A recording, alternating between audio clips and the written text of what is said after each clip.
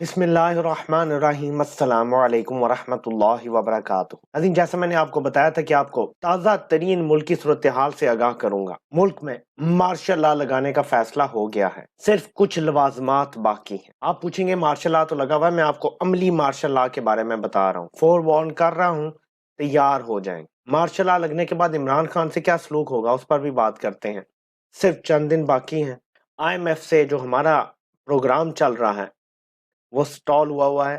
اگر موجودہ امپورٹڈ حکومت اپنا ایکٹ ٹوگیدر نہیں کرتی اور جو کچھ لکھ کے اگری کر چکے ہیں آئی ایم ایف سے وہ سب پہ ڈیلیور نہیں کر سکتی، جس میں بجلی کی قیمتیں بڑھانا ہے، گیس کی قیمتیں بڑھانا ہے، 700 ارب روپے کا اضافی ٹیکس لگانا ہے، اور سب سے بڑھ کے کہ ڈالر کو مارکیٹ ریٹ پہ چھوڑنا ہے۔ آج اگر ایک ڈالر 226 کا ہے تو یہ بلیک مارکیٹ میں 260 اور اوپن مارکیٹ میں شاید 235-40 کا آفیشل ریٹ، مل تو شاید 260-70 کا بھی نہیں رہا۔ اس میں بیلنس لانا پڑے گا، جہاں روکا ہوا اسحاق ڈار نے نمبر روز لکھ دیتا ہے state bank, I M F اس کو ایکسیپٹ نہیں کر رہا۔ چند دن باقی ہیں، فیصلہ ہونے والا ہے۔ انٹرویوز کس کے ہو رہے ہیں؟ حفیظ شیخ کے، رضا باقر، شبر زیدی کو بھی شاید پوچھا گیا ہوگا، کچھ اور لوگ بھی ہیں معاشی ماہرین جن کو اکٹھا کر کے ایک سو کالڈ ٹیکنوکریٹ حکومت بنانے کی تیاریاں ہو رہی ہیں۔ ایک ایسی ٹیکنوکریٹ حکومت جو کسی اسمبلی کو جواب دہ نہیں ہوگی، کسی عدالت کو جواب دہ نہیں ہوگی، عوام کو جواب دہ نہیں ہوگی، میڈیا کو جواب دہ نہیں ہوگی، وہ حکومت بنانے لگے ہیں اور اس کے پیچھے کھڑے ہوں گے آپ کے یہ ادارے۔ یعنی اصل میں مارشل لا ہوگا لیکن مارشل لا نہیں ہوگا، سامنے سویلین ٹیکنوکریٹس ہوں گے، پیچھے سے سب کچھ وہی چلا رہے ہوں گے، اور اس بار کسی کو جواب بھی نہیں دینا پڑے گا۔ رات کو گورنر کو پریشرائز کر کے اسمبلی بھی نہیں توڑوانی پڑے گی، کسی کو بلیک میل نہیں کرنا پڑے گا، چیف سیکرٹری کو رات کو 3 گھنٹے کے لیے اب سے بجا میں رکھ کے سائن نہیں کروانے پڑیں گے، کسی آئین کسی قانون کی کوئی قدغن باقی نہیں رہے گی۔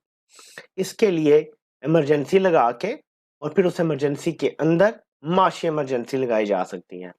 دہشت گردی کے بڑھتے واقعات کو اب آپ اس تناظر میں دیکھیں اور معیشت کی موجودہ صورتحال کو اب آپ اس تناظر میں دیکھیں، صورتحال ایمرجنسی لگنے کی طرف ہی جا رہی ہے۔ اب اس کا خاکہ کیا بنایا جا رہا ہے؟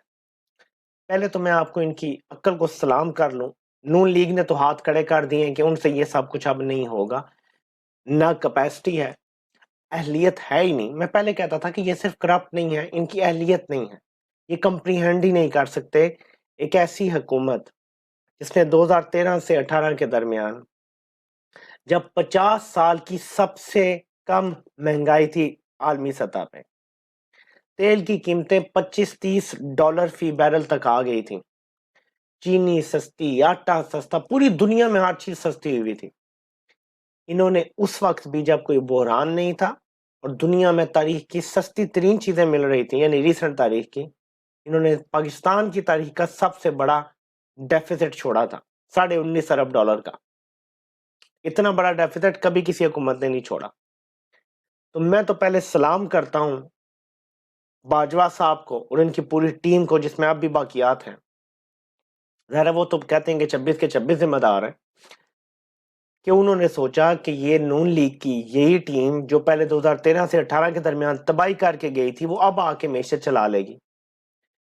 پھر ایک اور چیز یاد دلا دو کہ عمران خان نے آپ کو بار بار بتایا کہ یہ نااہل لوگ نہیں چلا سکیں گے معیشت، ہم نے بڑی مشکل سے بیلنس پہ رکھا ہوا ہے۔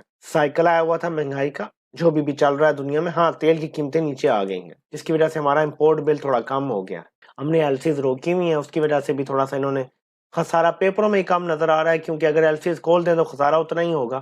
معیشت بند کر دی، انڈسٹری بند ہو رہی ہے، کاریں بننا ختم ہو گئی، موٹر سائیکل بننا ختم ہو گئے، زراعت تباہی کا شکار ہے، پتہ نہیں اس وقت گندم کی فصل کا کیا ہوگا کوئی پتہ نہیں ہے، سیمنٹ کا، سریے کا، ہر کاروبار ختم ہو چکا ہے پاکستان میں، ٹیکسٹائل والے وہ بند کرنے کی باتیں کر رہے ہیں، پوری طرح سے معیشت کر دی ہے تباہ۔ لیکن اپنے لیے جو این آر او لینا تھا وہ پورا لے لیا، 1100 ارب روپیہ معاف کروا لیا، اس میں کوئی کسی کو مسئلہ نہیں ہوا، قوم کو کوئی ریلیف نہیں دیا۔ آٹا جو 55 روپے کلو تھا، 60 روپے کلو عمران خان کے دور میں، وہ اب 120-125 روپے کلو ہے۔ تب مہنگائی تھی، آج کوئی نہیں بولتا. گیس ابھی لوڈ شیڈنگ سردی میں ہو رہی ہے بجلی کی, گیس کی تو چلیں ہوتی ہے, بجلی کی لوڈ شیڈنگ ہو رہی ہے. اس قدر مس مینجمنٹ ہے, کیونکہ یہ اہل نہیں ہے, یہ کبھی کسی بحران میں آئے نہیں. پیپلز پارٹی کا سابقہ ریکارڈ یہ بتاتا ہے کہ ایک دو بار انہوں نے بحرانوں میں ہاف ڈیسنٹ حکومت چلانے کی کوشش کی ہے. اس کی ایک یہ بھی وجہ ہے کہ وہ اسٹیبلشمنٹ کے ساتھ مل کے کام کرتے رہے, تو اگر وہاں اچھی نیت والے لوگ بیٹھے ہوں تو ملک چل جایا کرتے ہیں. ہاں تو ماشاءاللہ باجوہ صاحب نے پاکستان کے جیتے ہی پھیر کے رکھ دی نا, لیکن اگر اچھی نیت کا بندہ ہوتا تو پاکستان آگے بڑھتا رہتا, آرام سے عزت سے بھی گھر جاتا. عمران خان نئی تقرری کرتے اور ملک نے آگے بڑھ جانا تھا. اگلے سال الیکشن ہو جاتے, قوم فیصلہ کر لیتی کہ کون ٹھیک ہے کون غلط ہے. ہو سکتا ہے عمران خان کو نہ قوم چوز کرتی.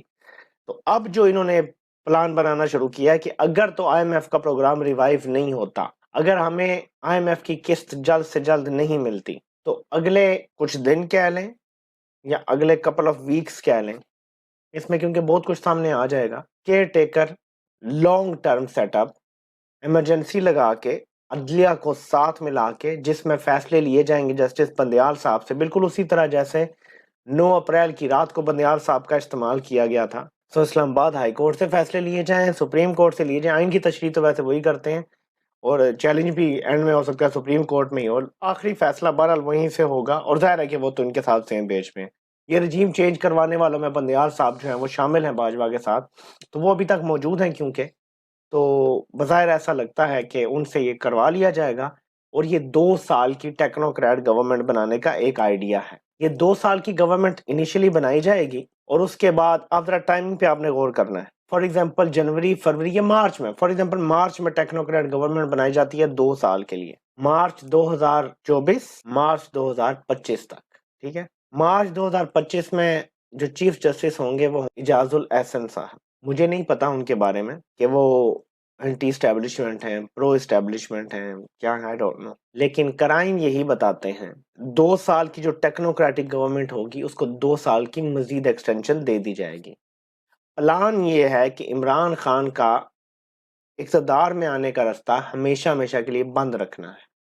خدا نہ خواستہ اس دوران عمران خان کی زندگی نہیں رہتی, کچھ ہو جاتا ہے ایسا, تو پھر الیکشن کی طرف جایا جا سکتا, اور پھر اپنے بغل بچے کو جو سلیکٹڈ پرو میکس ہے, بچہ جو ہے دودھ پیتا فیڈر والا بچہ, اس کو سامنے لا کے اور سیٹ اپ ایسا ہی رکھا جائے گا جس میں ایسے ٹیکنوکریٹک قسم کے لوگ ہوں گے, اور یہ نظام ایسے ہی چلایا جاتا رہے گا. سو قوم اب جو تھوڑی سی بھی جمہوریت کا ایک دھوکہ فریب تھا اس کو بھول جائے. لمبا پلان یہ ہے کہ اس ملک میں اب دوبارہ کبھی جمہوریت نہیں آئے گی جب تک عمران خان ہے. عمران خان کو روکنا ہے. اب بھی اپنی انجینئرنگ کر کے ملک کے ساتھ مزید کھلواڑ کریں گے, یا جو اصل چیز ہے, کیونکہ اس ٹائم جو فیصلوں کی ضرورت ہے وہ ایسی حکومت بھی کرے گی نا, تو عوام ان فیصلوں کے ساتھ نہیں کھڑی ہوگی, انریسٹ ہوگا. لوگ جب اتنے مشکل فیصلوں کے بعد سڑکوں پہ نکل آئیں گے, روکے گا کون؟ مار دھاڑ ہوگی, کوئی حکومت بھی نہیں ہوگی جو اون کرتی ہو لوگوں کو. آپ ٹیکنوکریٹ سے یہ فیصلے کروائیں گے, ایک ایسی حکومت چاہیے جسے عوام پیار کریں, 6 مہینے سال دینے کے لیے تیار ہو تاکہ مشکل فیصلے عوام برداشت کریں. لیکن آپ پھر بھی سوچتے ہیں کہ آپ میں عقل ہے. پہلے آپ نے چلتی حکومت کو برباد کیا, اب ملک جب دیوالیہ ہونے کے دھانے پہ, تب آپ ایمرجنسی لگا کے تو لمبی کیئر ٹیکر ٹیکنوکریٹ گورنمنٹ بنانا چاہتے ہیں. عوام اس کو تسلیم نہیں کرے گی, اور یہ آپ کی بھول ہے, خام خیالی ہے. اس کو ریزسٹ کیا جائے گا انشاءاللہ تعالی. آپ کو چھٹی کا دودھ یاد آ جائے گا انشاءاللہ تعالی. یہ عوام اب چوڑیاں پہن کے گھر نہیں بیٹھے گی, آپ بھی دیکھ لیجئے گا. بہترین حال یہ ہے کہ الیکشن کروا لیں, اپنی غلطی تسلیم کریں, اور عوام کو فیصلہ کرنے دیں. اور یہ جو آپ نے عمران خان کو فکس کرنے کا فیصلہ کیا ہوا ہے, یہ بھی اپنے تک رکھیں. فیصلے عوام کریں گے اس ملک میں, اب بند کمروں میں فیصلے نہیں ہوں گے. ملک آپ نے ڈبو دیا ہے. الزام اسحاق ڈار یا شہباز شریف پہ نہ دیں, وہ اہل ہی نہیں تھے, وہ کبھی بھی اہل نہیں تھے. یہ غلطی آپ کی ہے, یہ ادارے کی غلطی ہے, بطور ادارہ غلطی ہے. فرد واحد کو میں نہیں مورد الزام ٹھہرا, یہ ادارے کی غلطی ہے کہ آج ملک اس سطح پہ پہنچا ہے. بالکل ٹھیک چل رہا تھا ملک, صرف ایک مسئلہ تھا کہ ہمیں غریب ملک ہیں, ہمارے پاس انلمیٹڈ ڈالرز نہیں ہیں. اچانک دنیا میں مہنگائی کا طوفان آ گیا, تیل کی قیمتیں کچھ ٹائم کے لیے تو $130 پر بیرل تک پہنچ گئی تھی. عمران خان کے دور تھا جب مشکل ٹائم آ گیا تھا, تب آپ کو ساتھ دینا چاہیے تھا تب کی سٹنگ گورنمنٹ کا, کہ یار مشکل وقت آ گیا, ملک پہ مشکل وقت آ گیا تھا, زر مبادلہ کے ذخائر خرچ ہو رہے تھے, لیکن تب آپ نے شرارت کی, حکومت گرائی, اور ملک سے غداری کی. اب ایک اور اپنا دماغ استعمال کر کے ملک کے ساتھ کھلواڑ مت کریں، عوام کو فیصلہ کرنے دیں، عوام کا فیصلہ ہی ملک کو بچا سکتا ہے، آپ کے بند کمروں کے فیصلے نہیں۔